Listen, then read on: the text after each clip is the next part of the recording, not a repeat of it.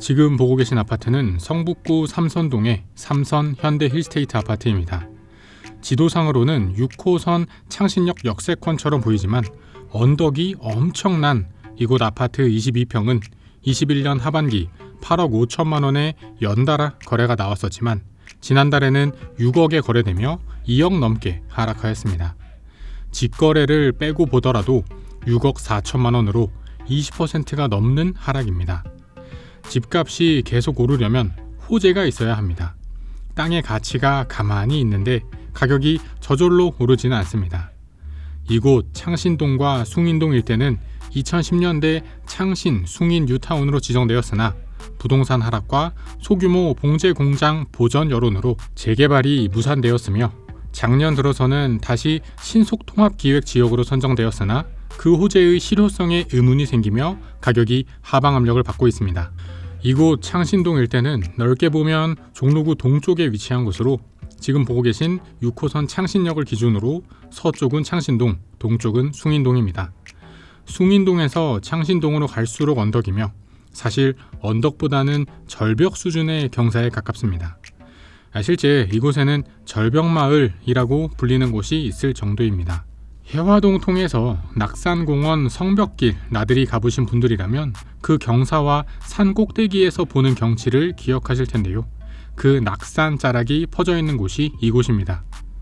사실 이곳 창신동은 오래전 동대문 일대에 의류 제조, 유통, 소규모 방직 관련 일자리가 많았을 때 그쪽으로 출퇴근하시던 분들이 저렴한 전월세 비용으로 많이 사셨던 곳입니다.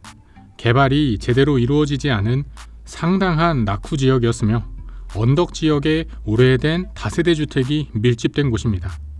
그러한 영향으로 인구 밀도도 상당히 높은 편이고 창신동에는 중학교도 없고 일반계 고등학교도 한 개도 없습니다. 그만큼 낙후된 주거단지입니다. 물론 몇몇 분들은 낙후된 지역에 투자를 해야 큰 수익을 얻을 수 있다고 하십니다. 그만큼 오래된 곳에 미래 가치를 보고 남들보다 먼저 진입해야 나중에 호재가 실현되었을 때 그 차익이 훨씬 크다는 주장입니다. 이런 거 빌라 경매로 몇 개 사뒀다가 나중에 새 아파트 되면 한 채에 10억, 20억씩 차익 볼 수 있다고 주장하는데요. 100% 틀린 말은 아니지만 10억, 20억 차익 기대하다가 10년, 20년 인생 쪽박 차는 경우도 허다합니다. 이곳 창신동도 2005년 이명박 서울시장 당시 3차 뉴타운 후보지로 지정되었으나 사업 취소 소송을 통해 2013년 뉴타운 지정 해제 1호 지역이 되었습니다.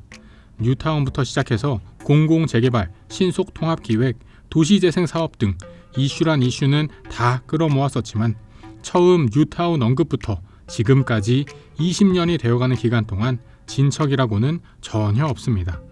차익 기대하다가 수십 년 날린 셈입니다.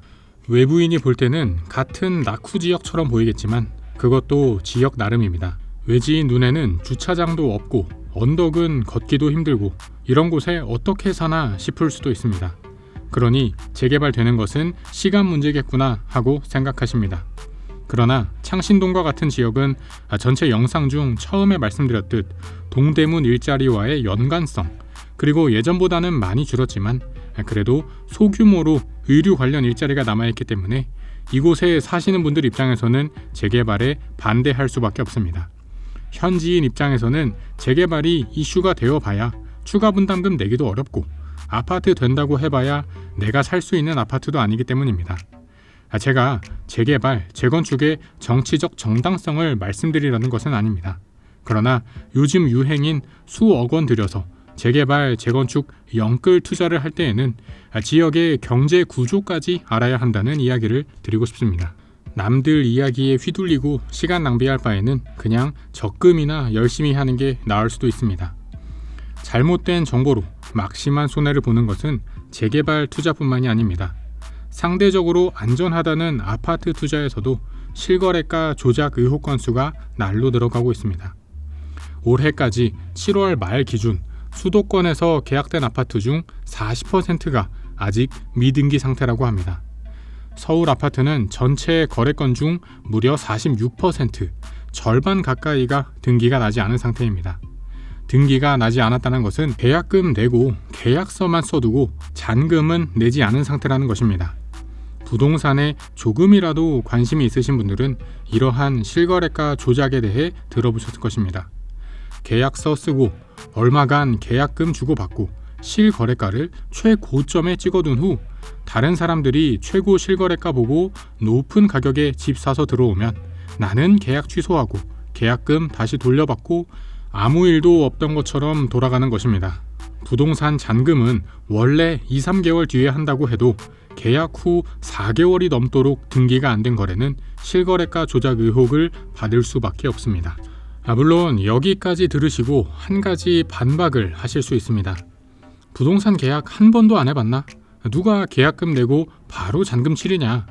부동산은 매도한 집에서 잔금 받거나 전세 만기 때 돈 돌려받고 해야 하니 원래 계약하고 한 2-3개월 있다가 잔금 치르는 게 일반적이다. 그 사이에 잠시 미등기 상태인 건수를 가져와서 마치 전체 거래 중 40%, 50%가 자전 거래라고 하면 어떻게 하냐? 라는 반론을 제기할 수 있습니다. 물론 맞는 말입니다. 부동산은 계약하고 2-3개월 있다가 잔금 치르고 전체 거래 건수 중 실제 자전 거래 적발 사례는 소수입니다. 그러나 4개월 뒤에도 미등기 상태인 것은 어떻게 설명해야 할까요? 서울 수도권은 집값이 비싸고 원래 살던 집도 잘 안 팔리고 하니까 잔금일을 길게 잡는다고 하지만 길게 잡아도 3개월 안에는 다 해결해야지 계약 후 4개월이 지나도록 등기가 안 난 상태라면 실거래가 띄우려는 목적의 거래라는 것을 의심해 볼 수 있다는 것입니다. 어떠셨나요, 여러분? 지금까지 성북구 창신동과 숭이동 일대 아파트 가격의 하락과 이곳 일대 지역의 특징까지 간략히 알아보았습니다. 서두에서 말씀드렸듯 가격이 오르려면 지역 내 호재가 있어야 합니다.